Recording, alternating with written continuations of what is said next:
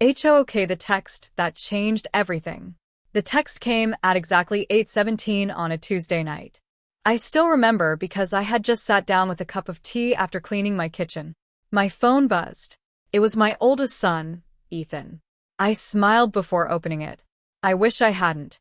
It said, "Mom, you're hosting Thanksgiving for 30 people. We already told everyone." That was it. No question. No, is that okay? No, can you help us? Just a decision made for me. I stared at the screen. 30 people. My house. My cooking. My money. And somehow nobody thought I should know. I typed one sentence. Then you'll need a caterer. I'm at the cabin until Monday.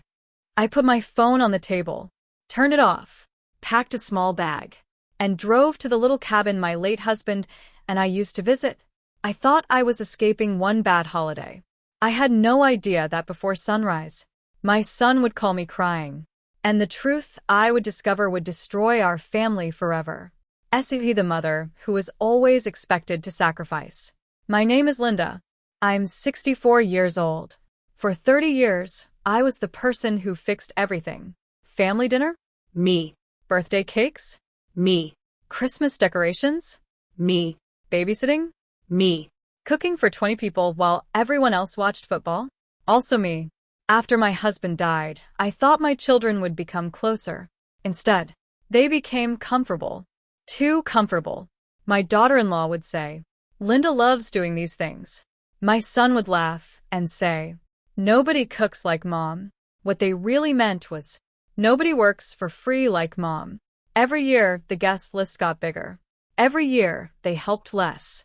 And every year, I told myself, they're family. Don't make a scene. But something changed that year. I overheard my daughter-in-law talking to her friend. She said, "It's great having his mom around. She pays for half the food and does all the work." Then they laughed. I stood in the hallway holding grocery bags. Neither of them knew I heard. That was the first crack in my heart. So the lies started adding up. The next few weeks felt strange. My son barely called unless he needed something. One day it was babysitting. The next day it was money for school supplies. Then it was helping paint their dining room. I said yes every time, but something felt different. One afternoon, my granddaughter accidentally asked, "Grandma, are you excited about the surprise?" I smiled. "What surprise?" She covered her mouth. "Daddy said not to tell." That night, I couldn't sleep. A few days later, I found out they had been planning a huge Thanksgiving party.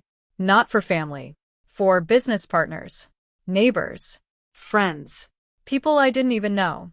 And they had promised everyone my cooking, without asking me. I waited for one of them to mention it. Nobody did. Then came the text. The message that made me realize I wasn't family anymore. I was free labor. Betrayal, the secret they thought I'd never discover. I left for the cabin. The first few hours felt peaceful. No phone. No pressure. No demands. The next morning I turned my phone on. 42 missed calls. 17 messages. Most of them angry. "Where are you? People are arriving. You embarrassed us." But one message stopped me. It was sent by mistake. My daughter-in-law had meant to send it to someone else. It read, "If she stops helping, we'll have to sell the old lake cabin. Ethan says she'll probably sign it over after the holidays." I couldn't breathe. The cabin. My husband had left it to me. The place where we made memories. The place where I was sitting. They weren't just using me. They were already planning what they would take next. That hurt more than the Thanksgiving betrayal. I realized something. My silence had taught people that they could treat me however they wanted. And if I stayed silent again, I would lose everything. Revenge Plani stopped being the family bank. I didn't yell. I didn't threaten anyone. I simply started protecting myself. On Monday morning, I met with a lawyer. I updated my will. I protected the cabin. I separated my savings. I removed everyone who treated me like an obligation instead of a mother. Then I did something unexpected. I started saying one word. No. No to money. No to babysitting every weekend. No to fixing problems they created. My son became angry. He said, You've changed. I looked at him and answered, No. I'm finally acting the way you've treated me. He left speechless. For the first time in years, I didn't feel guilty. I felt free.